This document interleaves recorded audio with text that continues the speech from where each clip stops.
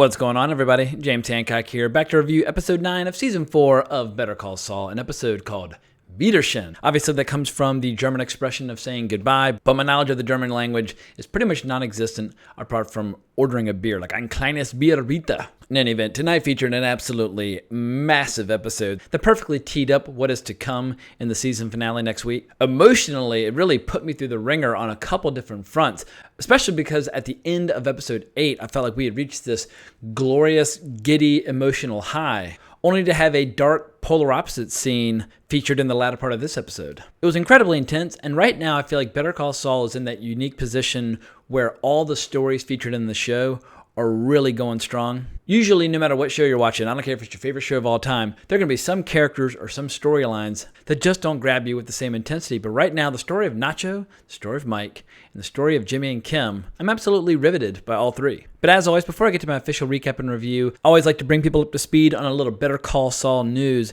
And I saw this fantastic story from a couple days ago. For all you fans of Huel out there, in particular the crowdfunding campaign that they invented in episode 8, to come to his aid, but that's actually spilled over into our reality, and there is actually now a real site at freewill-baptistchurch.com, and you've got pictures of Huel there. If you actually do make a contribution, it goes to the Food Bank of Northwest Louisiana, which apparently is one of the favorite charities of the show Better Call Saul. And I don't know if the show put together the site or if a really overzealous fan put it together. In any case, I feel like that's always the best kind of viral marketing. Also, this past week featured a pretty cool episode of Better Call Insider. And as always, I really appreciate good movie talk. And Peter Gould and Vince Gilligan were talking about how the bus sequences from the earlier part of the episode were loosely inspired by the film Midnight Run. If you have not seen Midnight Run, definitely check it out. One of the funnier movies from the late 80s. But another thing I liked about the episode was that Michael Mando decided to make an appearance on the podcast. Michael Mando plays Nacho. And it was great seeing him interact with the writers because according to Michael, one of the best ways to get the writers to do something is to suggest that you think the show is going a particular direction, and almost always Peter Gould and Vince Gilligan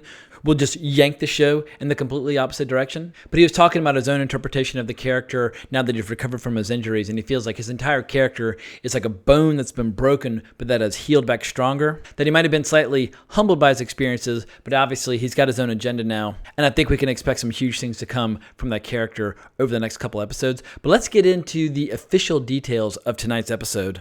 And given that we now know just how rough things are going to get between Jimmy and Kim by the end of the episode, it makes this opening con all the more sweet. But basically we find Kim in Lubbock, Texas running this con, and it's absolutely extraordinary what lengths they go to for the objective, because the objective, as it turns out, is to increase the size of the new Mesa Verde branch that's going to be opening up there in the future by roughly 13%. But obviously for Kim, the objective is much less fun and exciting than the actual con itself. And it was almost like watching like a little miniature heist movie. And we see how Kim is absolutely hurling herself into this role of a woman on crutches who's got an 8-month child. She's trying to raise it on her own, and she has a good-for-nothing brother who can't be trusted, but he is able to drive. And I always love any episode that gives us a chance to see Bob Odenkirk playing some different personas. And it was great to see him as the good-for-nothing brother who comes in, he's left the baby in the car, and of course he leaves the milk on these plans. The girl at City Hall takes pity on Kim and decides to accept Kim's copy of the plans and puts a seal of approval on them without having to resubmit them. So in the end, mission accomplished. But it was interesting seeing after the fact in a restaurant when they're discussing their successful heist, and Jimmy's talking about his future plans, about how he actually really likes the Saul Goodman persona, and that all the people he's been selling his cell phones to know him as Saul Goodman, and he's recognizing that because they're all criminals, that actually would be a great pool of clients once he becomes a lawyer the following week. And it's so sad and pitiful watching him make the pitch yet again for Kim and Jimmy to team up. He knows how good they are together, but Kim says she only wants to use their teamwork for good and noble purposes. However, and I thought this was a pretty interesting twist, Jimmy points out that what they just did was to increase the size of a bank division by 13%, not exactly the world's most humanitarian cause. So while I feel like on the whole, usually in the show, she is the responsible adult in the relationship, she is the moral center of the relationship, but she's not perfect, and I think that's important to remember. But also this episode, we get a lot more scenes with the new character Lalo, who I think is going to be absolutely awesome. He's Hector Salamanca's nephew. He and Nacho go to see him in the rest home, and we get a great Breaking Bad connection where we see where Hector gets his little bell for communication. Lalo's telling this long story about a job they did a long time ago and how he went into basically a burning house to retrieve this item, and he gives it to Hector as a present. And in a very ominous scene, he sends Nacho out of the room so that Lalo can talk to Hector privately about Nacho, and we hear Nacho vigorously ringing the bell in Nacho's absence. But for the Breaking Bad fanatics out there, it's always cool seeing the interconnectivity between the two shows, even little details like this one. And I'm still trying to figure out what Lalo's agenda is, because Lalo has Nacho take him to Los Pollos Hermanos, and once again, any scene that takes place in Los Pollos Hermanos is basically a guarantee that I'm going to stuff my face with either chicken or Mexican food at the first available opportunity after reviewing the episode. But Lalo wants to meet with Gus, and at least on the surface, he appears to be making a gesture of friendship. He thanks Gus for saving Hector's life. He thanks him for what he perceives as a genuine act of friendship. And you can see he's even kind of working Gus a bit, saying it makes Don Eladio very uneasy when we're getting along, and perhaps Don Eladio actually prefers it when there's a little friction between our two organizations. And because Lalo tries so hard to be sincere, I was actually kind of taken in by what he had to say. However, once they leave, the first thing he has Nacho do is take him out to where he picks up a shipment of 6 kilos each week. So something tells me Lalo's really studying Gus and perhaps preparing to try to take him down. But because the epic confrontation between Jimmy and Kim at the end of the episode is so intense, it'd be easy to overlook an equally compelling story taking place between Werner and Mike. Very quietly and very gradually, the relationship between Mike and Werner has become one of the more moving bromances on TV right now. And it's all the more moving because, as we see by the end of this episode, Mike might be getting placed in a position where he's going to have to take Werner out, or at least order someone to do so, because early on in the episode, they're blasting a bunch of rock, and we see that Werner is starting to lose his nerve. They have this elaborate plan set up where they're going to use a truck to create a noise as a diversion when the blast goes off. There's some faulty wiring, and when Werner goes in to fix the problem, because it is his job to do so, we see his hands are shaking like crazy, he's hyperventilating, he's really struggling to get it together. The blast is successful, but after the fact they're having a celebratory beer back at their place, Mike basically says, "Werner, tell me what's going on."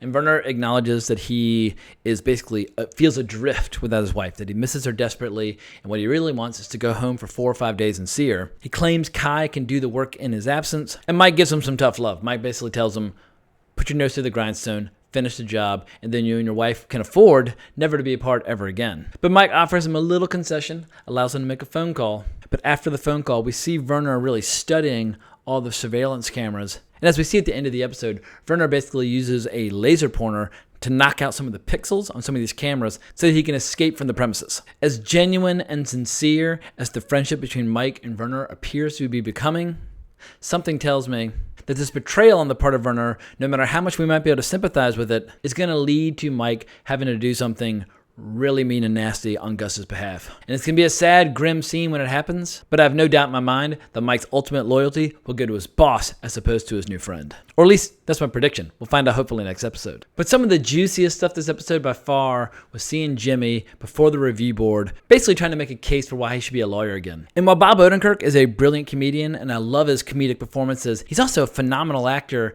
And I think Bob Odenkirk's best acting is when he's playing the role of Jimmy, who's acting out yet another role, because he makes this incredibly passionate, incredibly sincere pitch about everything that he's learned in the last year, how humbled he's become, what the law means to him. It's kind of a curveball question when he's asked, what does the law mean to you? But he recovers, and he gives an absolutely dynamite answer, which makes the response all the more bewildering, because one of them, or perhaps more, find his response to be insincere, and he just absolutely loses his mind. He almost comes to blows with one of the lawyers after the fact, and he basically goes on a rampage, calls Kim, he's blasting around like a bat out of hell. Kim meets him at the top of a garage, and Jimmy's just losing his fucking mind. But she's absolutely blown away by the fact that never once in his entire spiel did Jimmy even think to bring up Chuck. For her, that would be the most obvious thing to talk about first, because obviously he'd lost his ability to practice law because of what went down between him and his brother. You can see that emotionally and mentally and just logically, Chuck remains just a giant blind spot for Jimmy. And this leads to what might be the meanest, nastiest, most aggressive confrontation in the history of 4 seasons of Better Call Saul. We have definitely seen scenes where people are killing each other that are far more overtly violent. But seeing these two characters that we love and adore so dearly really taking off the kids' gloves and letting each other have it, it was like upsetting to watch.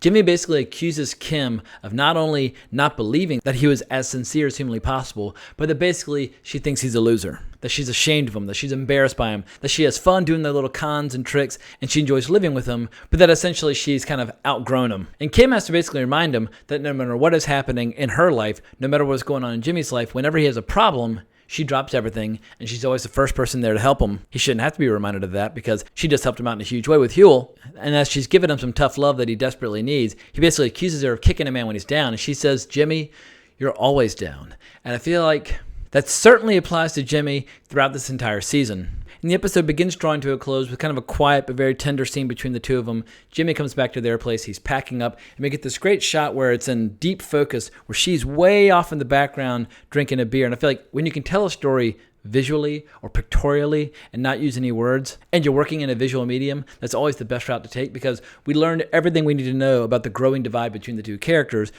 due to the fact that he's in the foreground and she's way back in the back. But there's one last chance for some sort of reconciliation between these two characters, because she asks him whether or not he still wants to be a lawyer. I mean, it's a very simple question, and he says yes. She says, fine, well, let's start with that. And as we see with the teaser for the next episode, they are going to appeal the decision, and they're going to go all in. And personally, I can't wait to watch Kim throw down in defense of Jimmy.